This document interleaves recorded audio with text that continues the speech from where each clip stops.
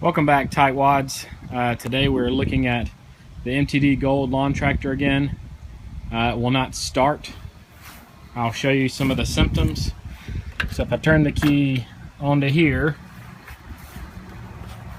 you can see the lights are working, so it's likely not the battery. When I sit on the mower, make sure the parking brake's engaged. Make sure we're in neutral or forward. Make sure the PTO is disengaged, and turn the key. Nothing happens. There's no click. It doesn't try to turn over at all. So today we're trying to trace the steps to figure out what's causing it. It's likely just an electrical issue, and today we'll try to see what is actually causing this problem. So after we pop the hood, you can see the wires coming out of the back of the ignition. The yellow wire is the kill wire, so it goes to all of the safety switches on the mower.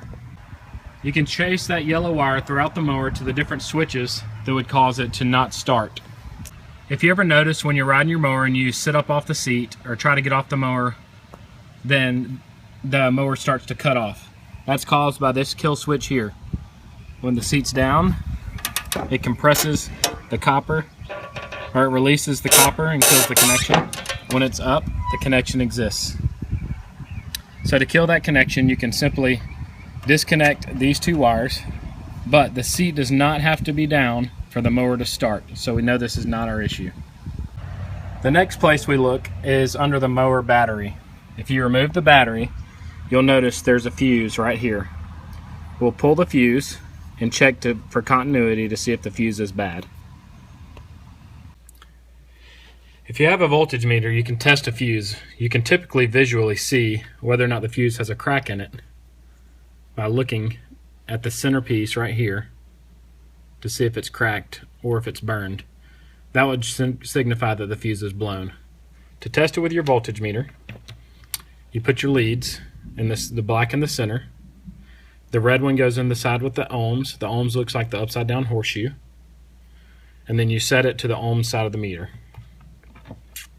Right now it says 1. If I touch my two leads together, you'll notice the number changes. That shows that a connection is being made through it. Doesn't really matter what the number is, it just shows that a connection is being made. So I'll take my two leads, and it doesn't matter which side, and touch them to the fuse, and you'll see they make a connection. So the fuse is good on this one. The first safety switch can be seen right here. This is part of the parking brake assembly. It's up under the place where your feet rest on the left side. And when the parking brake is compressed, the switch pushes in.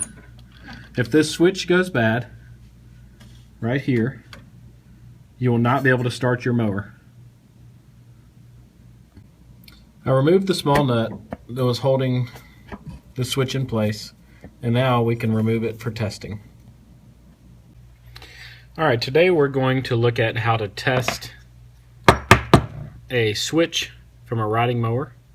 The switch has a button that you push in and it does one thing, and you push out and it does another. So it completes circuits two different ways. You can see there are 4 spades in it.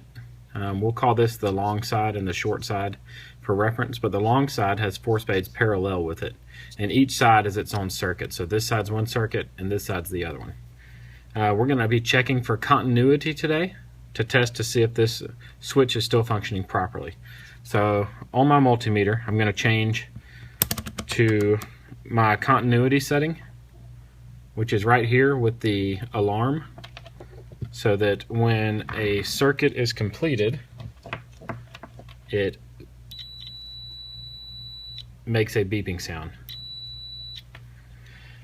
So the first thing we're going to do is test one side. So we put one lead on each, put a lead on each of the posts. Make sure the leads don't touch each other, but put a lead on each of the posts on the same side. And you'll hear there's no tone.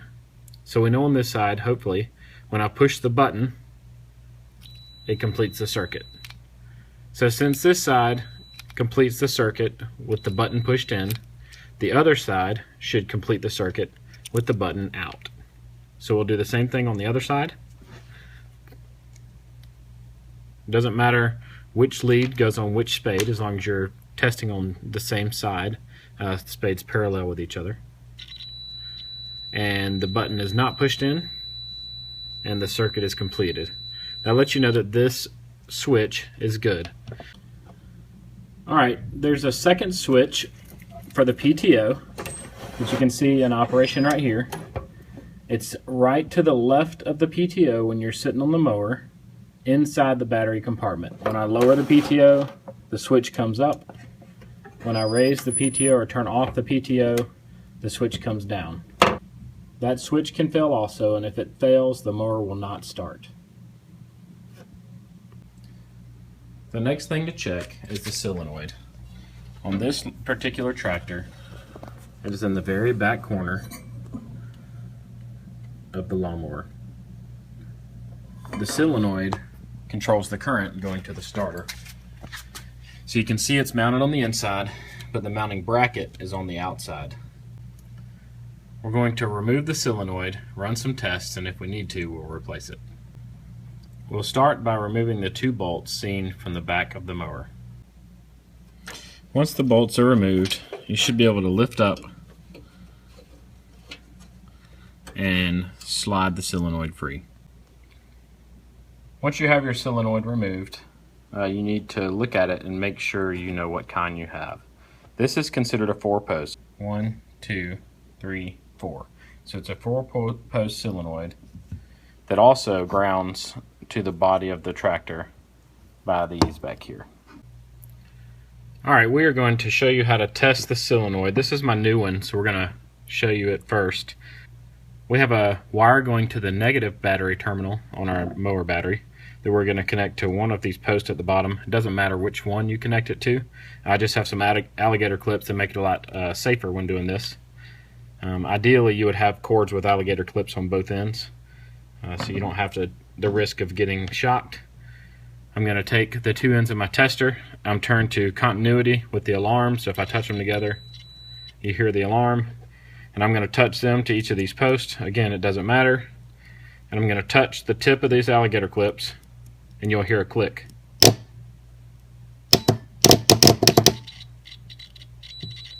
And you see I get continuity. So this sends when you touch this to here, sends a 12-volt charge through the alternator, making the connection between these 2 poles. And if you get continuity at that point, you'll hear a click, and then you'll get the continuity. Then you know that the solenoid is good. So I'll repeat the process with the solenoid that was in my lawn tractor. Again, connect the negative to one of the poles, hook up your leads, and then connect your alligator clip to the other one, and you'll see I get no continuity.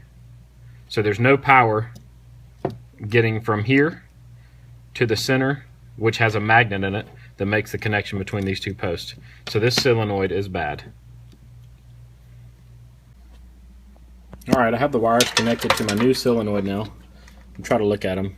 Looking from above, the green goes on the right, the orange on the left, and then the red terminal battery cable from the battery goes on the right side post, and the other one with the green and orange attached to it and the black terminal cable go to the left post. So once you get all those hooked back up, you have to get your solenoid back into the frame of the mower, which is a little bit difficult, but just work with it till you get it there, and then we'll reconnect the rest of our wires. Make sure when you get your solenoid back in place that you do reconnect the ground terminal that goes on the bolt, but we'll look at that when we visit the back. So I've got the solenoid back on and made sure that I connected the wire from the negative battery terminal to the ground here. Now I'll replace the battery and give it a start and see if it works. Alright, so we're back on the mower. I have the park and brake locked.